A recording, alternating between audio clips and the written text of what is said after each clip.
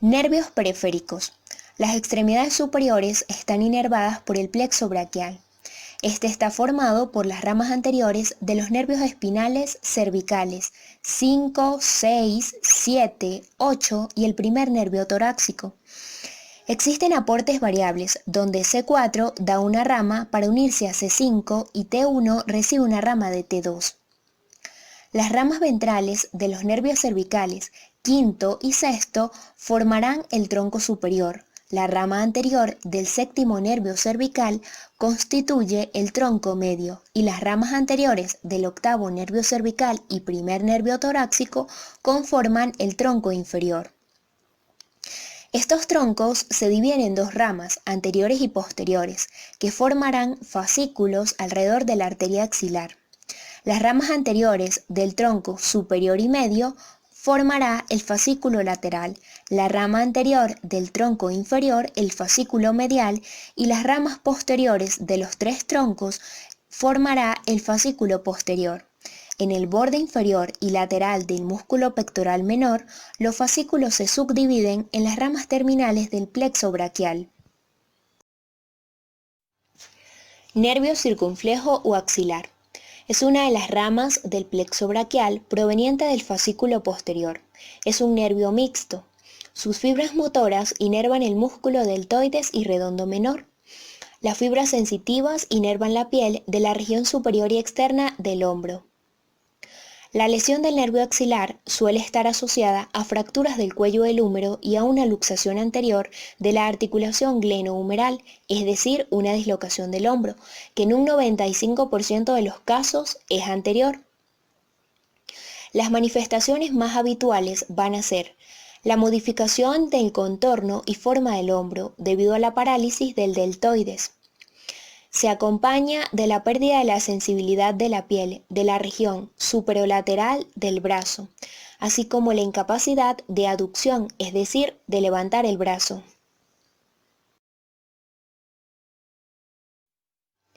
Nervio músculo cutáneo. Surge del plexo braquial del fascículo lateral, de la contribución de las raíces cervicales 5, 6 y 7. Es un nervio mixto que va a inervar los músculos coracobraquial, braquial anterior, porción larga y corta del bíceps braquial, así como la piel de la mitad externa de la cara anterior del antebrazo. Una parálisis aislada del nervio músculo cutáneo es poco probable. La lesión de este nervio puede ser debido a traumatismos o fracturas humerales, provocando dificultad en movimientos de flexión del antebrazo. También disminución de la sensibilidad en la cara anterobraquial del antebrazo. Nervio radial. Procede del fascículo posterior del plexo braquial de las raíces espinales C5, C6, C7, C8 y en algunos casos T1. Ejerce un papel en la percepción sensorial como en el control motor. Sus fibras motoras inervan los músculos tríceps braquial, braquio radial, primer y segundo radial externo, supinador, anconio, extensor propio del dedo meñique, extensor común de los dedos, cubital posterior, aductor largo del pulgar, extensor corto y largo del pulgar, extensor propio del dedo índice. Sus fibras sensitivas inervan la piel de la cara posterior del brazo, antebrazo, dorso de la mano y dedos, pulgar, índice, medio y la mitad externa del anular, con excepción de los dos últimos falanges. Una lesión impide los movimientos de extensión y supinación del antebrazo, aducción, extensión de la mano y de los dedos, conllevando a lo que se conoce como mano caída o en gota. Esto se ve cuando el paciente levanta el brazo y la mano permanece caída, con dificultad para levantarla y extender los dedos. Asimismo, hay anestesia de la zona cutánea correspondiente.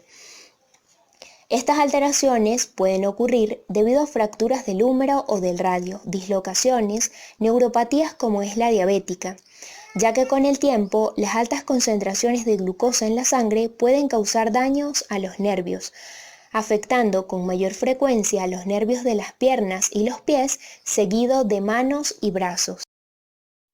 Nervio mediano. Nace de la unión del fascículo medial de C5 a C7 y el fascículo lateral de C8 a T1 del plexo braquial. Es un nervio mixto. Sus fibras motoras activan los músculos pronadores del antebrazo y los flexores de la mano y dedos. Las fibras sensitivas inervan la piel de la región externa de la palma de la mano, desde la mitad externa del dedo anular hasta la región tenar y el pulgar. El dorso de las dos últimas falanges de los dedos, índice medio y la mitad externa del anular. Su lesión impide los movimientos de pronación del antebrazo, flexión de la mano y dedos, índice y medio. Además, se acompaña de una alteración sensitiva. La parálisis y atrofia de los músculos de la eminencia tenar dificulta el movimiento de oposición del pulgar con los demás dedos, dando un aspecto conocido como mano simiesca o mano del predicador. Los lugares más comunes para que el nervio mediano se dañe o se comprima van a ser en el codo y la muñeca. En el codo provoca el síndrome del pronador redondo. Esto es debido a giros repetitivos, agarrar y torcer la muñeca. Además, está involucrado con trabajos manuales pesados. En la muñeca, el síndrome del túnel carpiano, que es causado por un exceso de la presión en la muñeca. Una regla útil de recordar es la anestesia del pulpejo del pulgar. Nervio cubital o ulnar. Se origina del fascículo medial del plexo braquial, de las raíces espinales C8 y T1, en algunos casos C7. Es un nervio mixto. Sus fibras motoras inervan los músculos aductores y flexores de la mano, de la eminencia hipotenar, los músculos del meñique y todos los interóseos. Los podemos observar en la imagen que se ubica del lado derecho. Mientras que las fibras sensitivas inervan la piel de la región palmar y dorsal de la mano, dedos del meñique y la mitad interna del anular. Su lesión va a dificultar la flexión y aducción de la mano, para abrir y cerrar los dedos en abanico, parálisis del dedo meñique y anular, y por supuesto se acompaña de una anestesia sensitiva en la cara interna de la mano, provocando lo que se conoce como mano en garra, donde hay una hiperextensión de los dedos en las articulaciones metacarpofalángicas y flexión de las interfalángicas. Plexo lumbosacro. Está formado por las ramas ventrales de los nervios espinales de L1 a S4. Sus ramas proporcionan inervación motora y sensitiva sensorial para la extremidad inferior. Se divide en dos plexos, el lumbar, el cual está formado por las ramas anteriores de los tres primeros nervios lumbares, L1, L2, L3 y parte de L4. En ocasiones también recibe una pequeña contribución del nervio intercostal de T12. El nervio obturador y femoral se originan desde aquí, además de otras ramas que podemos observar en la imagen. Plexo sacro es el más grande de todos. Se compone de los ramos anteriores del cuarto y quinto nervio lumbar, de los ramos anteriores de los cuatro nervios sacros. El nervio ciático tiene su origen en este plexo, emitiendo el nervio peroneo común y el nervio tibial. Es importante mencionar que el dolor lumbar constituye una de las patologías con mayor prevalencia en la población. Este dolor viene acompañado de hormigueos, quemazón, parestesia o pérdida de fuerza. Estos síntomas están asociados con la columna lumbar y se suelen clasificar como ciáticas o ciatalgias, ya que muchos de ellos tienen relación con el nervio ciático. Nervio ciático. Es el más voluminoso y grande del cuerpo. Es un nervio mixto, es decir, que ejerce un papel tanto en la percepción sensorial como en el control motor. Es rama terminal del plexo sacro. Va a descender a la región glútea y sigue verticalmente a lo largo de la cara posterior del muslo, donde se bifurca en nervio tibial y peroneo común. Va a activar todos los músculos de los miembros inferiores, a excepción del psoas, cuádriceps y aproximadores del muslo. Es un nervio esencial para la flexión de la pierna sobre el muslo. Existen maniobras que permiten determinar una lesión en el nervio ciático, como son la de Lasep, Bonnet, Bragard, las cuales veremos a continuación.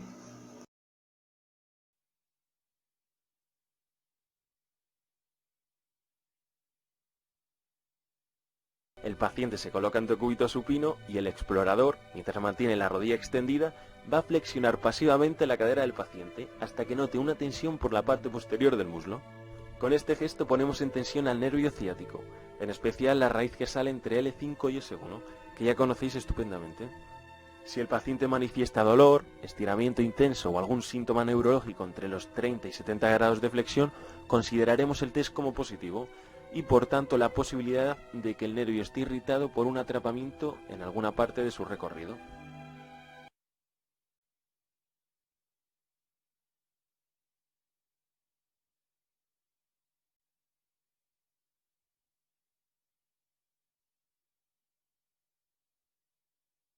Signo de Bonnet. Valora el estado del nervio ciático tras la prueba de la SEG. El paciente se encontrará en la posición de cúbito supino y el terapeuta bipedestación lateralmente a la altura de la extremidad inferior. El terapeuta coloca una mano en el talón y la otra en la rodilla y lleva la extremidad inferior a flexión de cadera y rodilla, y en esa posición realiza una aducción y rotación interna de la pierna. Si el dolor que aparecía en el signo de la SEG se reproduce, indica que el piriforme comprime el nervio ciático, lo que da lugar a una ciatalgia.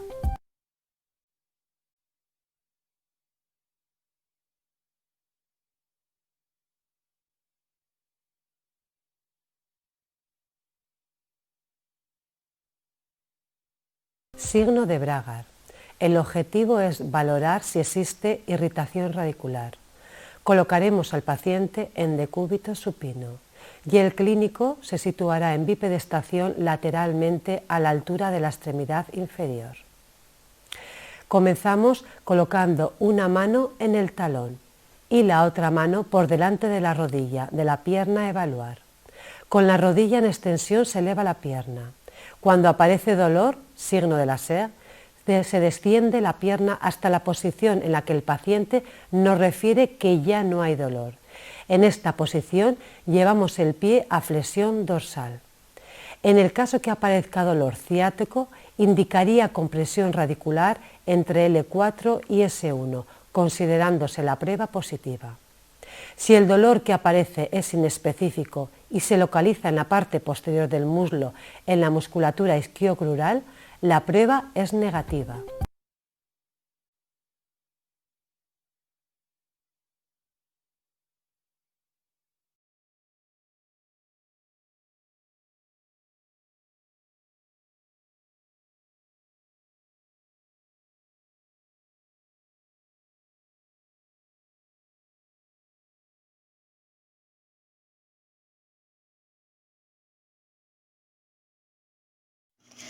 Nervio ciático popliteo externo o peroneo. Es una de las ramas terminales del nervio ciático. Cerca de la articulación de la rodilla, va a quedar cubierto por el músculo bíceps femoral y va a rodear la cabeza del peroné, donde se va a dividir en nervio peroneo superficial, el cual va a inervar los músculos del compartimiento lateral de la pierna, el peroneo lateral largo y el peroneo lateral corto. También se va a dividir en nervio peroneo profundo, que va a inervar los músculos del compartimiento anterior, como son el músculo tibial anterior, peroneo anterior, extensor largo de los dedos y extensor largo del dedo gordo. Es vulnerable a las lesiones por traumatismo o por comprensión, sobre todo en la porción superior cerca de la cabeza del peroné. Un golpe directo puede ocasionar parálisis de este nervio, provocando la falta de contracción de los músculos flexores dorsales y eversores del tobillo. Además, se acompaña de anestesia en la zona correspondiente. Va a ocasionar lo que se conoce como pie caído o marcha equina. Aquí es cuando el paciente eleva exageradamente la rodilla, causándole dificultad en la marcha. Nervio ciático popliteo interno o tibial. Es rama terminal del nervio ciático. Pasa a través de la fosa poplitea para pasar bajo el arco del sóleo. Se va a dividir en nervios plantares medial y lateral. Va a inervar los músculos flexores, además de proporcionarle sensibilidad a la planta del pie y dedos. Una lesión va a dificultar la flexión plantar y la flexión de los dedos. La obstrucción arterial crónica de los miembros inferiores generalmente afecta a 3 segmentos, aorto-ilíaco, donde el dolor se presenta a nivel de la nalga, muslo o pantorrilla, fémoro-popliteo en la pantorrilla y es la más común, peroneo-tibial a nivel del pie. El síntoma más resaltante es la claudicación intermitente, que se caracteriza por un dolor en la pierna con el ejercicio, pero que tiende a disminuir o a desaparecer en reposo.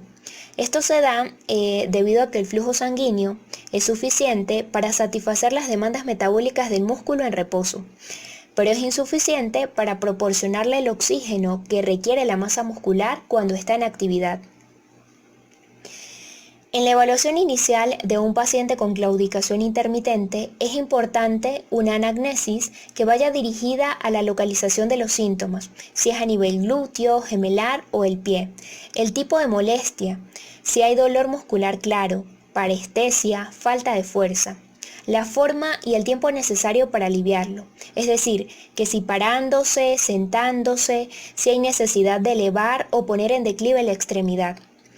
Y si se acompaña de otros síntomas como impotencia sexual, cambios de coloración, lesiones dérmicas.